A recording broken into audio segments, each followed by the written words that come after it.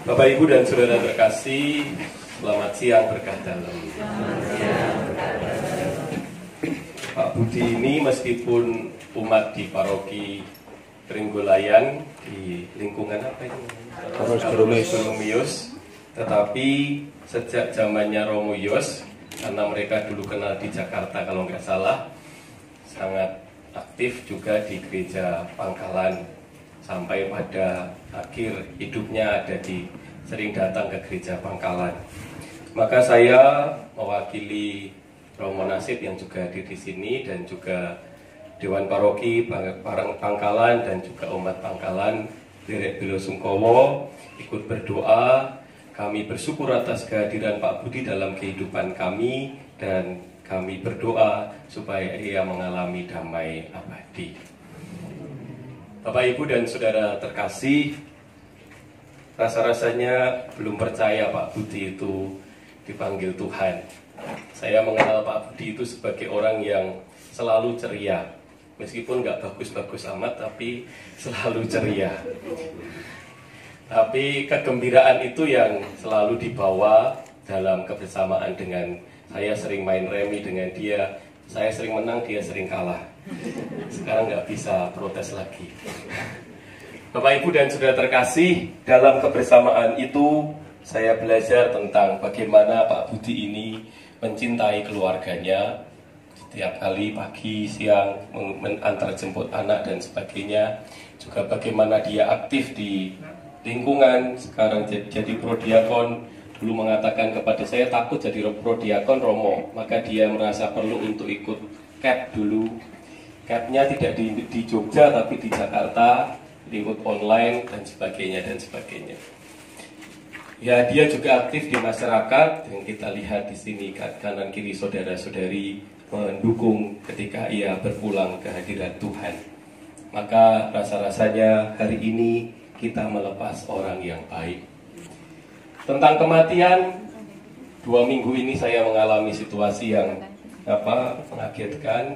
Minggu lalu ketika saya minyak suci Pak Budi itu hari jam 6 pagi ya, setelah kecelakaan di Muntilan, lalu pagi dibawa ke rumah sakit Panti Rapih. Saya jam setengah 6 pergi ke Panti Rapih dan minyak suci Pak Budi dalam keadaan tidak sadar dan masih ada pendarahan.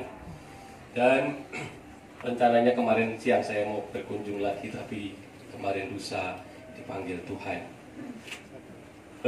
Pada waktu saya minyak suci itu, rupanya 10 menit setelah saya minyak suci, ada satu umat dari paroki Gamping yang dipanggil Tuhan. Lalu kemarin baru hari Kamis ya, kemarin lusa itu siang saya baru WA Bu Tanti menanyakan kabar. Dan agak senang karena kemarin Kamis itu kan pindah ke Bangsal dan kita punya harapan bahwa keadaannya sudah mulai membaik. Tetapi rupanya Tuhan yang memberi, Tuhan yang mengambil, terpujilah nama Tuhan. Demikianlah kita hanya bisa pasrah tentang kematian itu sesuatu yang rahasia ilahi yang kita tidak tahu. Ada orang yang masih muda dipanggil Tuhan, yang tua bahkan masih punya waktu yang panjang. Maka tentang kematian adalah tentang, kalau boleh merenungkan tentang kematian adalah kesempatan juga untuk belajar tentang kehidupan. Orang Jawa mengatakan wong urip mono mampir ngombe, kokean wedang nggih mboten apik. Tapi demikianlah kita menyadari bahwa hidup ini memang sementara. Dan dalam kesementaraan itulah kita memaknai kehidupan dengan apa yang kita lakukan. Yen iso saisa-isane tumindak becik, sebisa-bisanya berbuat baik. Karena sehebat-hebatnya orang adalah orang yang hidupnya berguna bagi sesamanya. Demikianlah Pak Budi ini, kalau saya boleh membaca, merenungkan dan juga berkali-kali berrelasi dengan Pak Budi ini, ya banyak hal ingin dilakukan untuk orang lain, untuk keluarga. Tidak selalu berhasil, tetapi ada niat untuk berupaya berbuat baik. Siapa tahu orang yang selalu berhasil dalam hidup ini, karena dalam hidup ini kita hanya bisa berjuang. Demikianlah bacaan pertama yang kita baca hari ini. Bacaan-bacaan ini diambil dari bacaan misa harian hari ini, dan bacaan-bacaannya sangat indah. Bacaan pertama itu adalah bacaan yang menceritakan tentang, di sini dikatakan di surat Rasul Paulus kepada jemaat di Korintus, saudara-saudara, coba ingatlah bagaimana keadaanmu ketika dipanggil. Menurut ukuran manusia tidak banyak di antara kalian yang bijak, tidak banyak yang berpengaruh, tidak banyak yang terpandang. Ini bacaan yang dalam sekali mempertanyakan tentang siapa toh orang yang boleh sombong di hadapan Tuhan. Kita itu manusia lemah, tapi manusia yang lemah ini diberi kekuatan oleh Tuhan. Kekuatannya Pak Budi yang saya tahu yaitu senyumannya itu, semangatnya itu yang saya tahu, berjuang untuk melakukan banyak hal. Nah, namun apa yang bodoh di mata dunia dipilih oleh Allah untuk memalukan orang-orang yang berhikmat, dan apa yang lemah bagi dunia dipilih Allah untuk memalukan yang kuat. Saya tidak banyak tahu tentang kehidupannya Pak Budi, tetapi yang saya tahu dia itu kenalannya banyak. Iya toh? Sopo kenalannya banyak. Takon sopo wae ngerti, sedulure sopo, gaweane opo, dan sebagainya dan sebagainya. Itu kamus berjalan bagi saya kalau saya harus bertanya.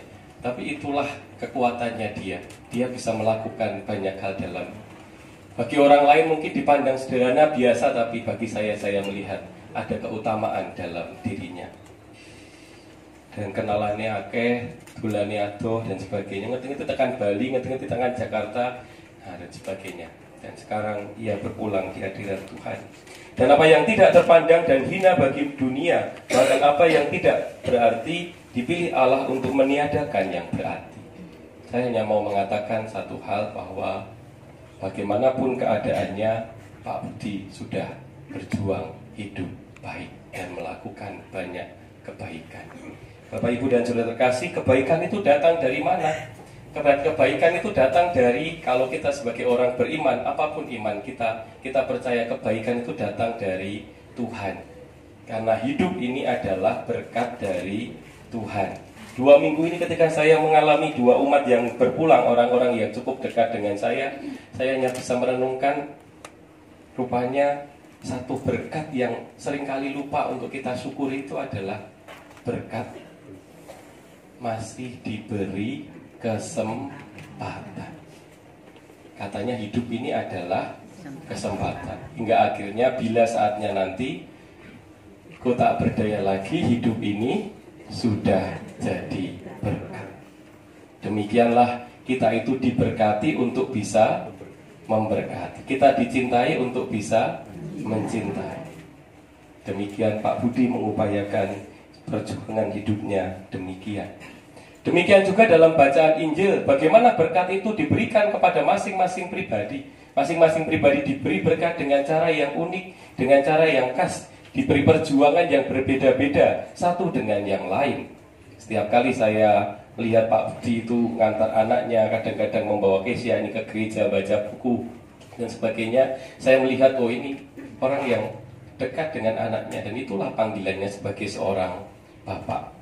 Kadang-kadang lihat dia santai di gereja dan saya bekerja, ya wis gaweane dewe, perjuangannya masing-masing, tugas hidupnya masing-masing. Asal kita bisa mengupayakan apa yang bisa kita upayakan, mari kita gunakan kesempatan yang masih diberikan oleh Tuhan. Hari ini kesempatan itu sudah diambil untuk Pak Budi, tapi untuk kita masih memiliki kesempatan. Bapak, Ibu, dan saudara terkasih, seperti banyak cerita kehidupan, pasti akan ada kematian di antara keluarga kita. Dan seperti banyak sejarah, kematian mungkin berat dan memang harus diterima, kenyataannya demikian. Akan ada proses bagi keluarga ini menerima kenyataan ini. Akan ada proses adaptasi yang tidak mudah. Tetapi seperti halnya dibacakan dalam bacaan pertama, seperti dinyatakan dalam bacaan Injil, Tuhan sudah menyediakan berkat. Hidup keluarga ini pasti akan dalam naungannya. Bagi saya selalu percaya Tuhan itu punya 1001 cara untuk merawat kehidupan kita. Semangatnya itu kan Kalau Tuhan tidak membuka pintu, pasti Ia membuka jendela. Itu semangatnya maling. Tapi juga intinya masih ada jalan. Atau ungkapan lain, ku tahu Tuhan pasti buka jalan. Ku tahu Tuhan pasti buka jalan. Asalku hidup suci, tidak turun dunia. Ku tahu Tuhan pasti buka jalan. Bapak Ibu dan Saudara terkasih, ini pesan terakhir yang pesan ini tidak mudah, tapi rasa-rasanya kepergian ini harus diikuti juga dengan keikhlasan dari diri kita masing-masing. Sulit untuk dikatakan, tapi memang demikianlah kehidupan, harus diikuti dengan rasa ikhlas. Kita mengikhlaskan kepergian Pak Budi, dan saya mengingat doa Santo Agustinus yang sering kali saya ingat-ingat ketika saya menghantar saudara yang berpulang. Santo Agustinus mengajarkan kepada umatnya, kalau ada mereka yang kehilangan keluarga yang dikasihi, ajarilah mereka untuk mendoakan doa ini. Ya Tuhan, kami bersedih Engkau memanggilnya daripada kami, tapi lebih daripada itu, kami bersyukur karena Engkau pernah memberikannya kepada kami. Ya Tuhan, kami bersedih karena Engkau memanggilnya daripada kami, tapi lebih daripada itu, kami bersyukur karena Engkau pernah memberikannya kepada kami. Pak Budi, terima kasih untuk kehidupan dan kebersamaan kita. Sugeng tindak ngaso tentrem wonten ing ngaso dalam Gusti, lan mugi kita sedaya ingkang taksih ngumpul ing donya menika saged nglajengaken gesang ngabdi Gusti nganti tekaning pati. Amin.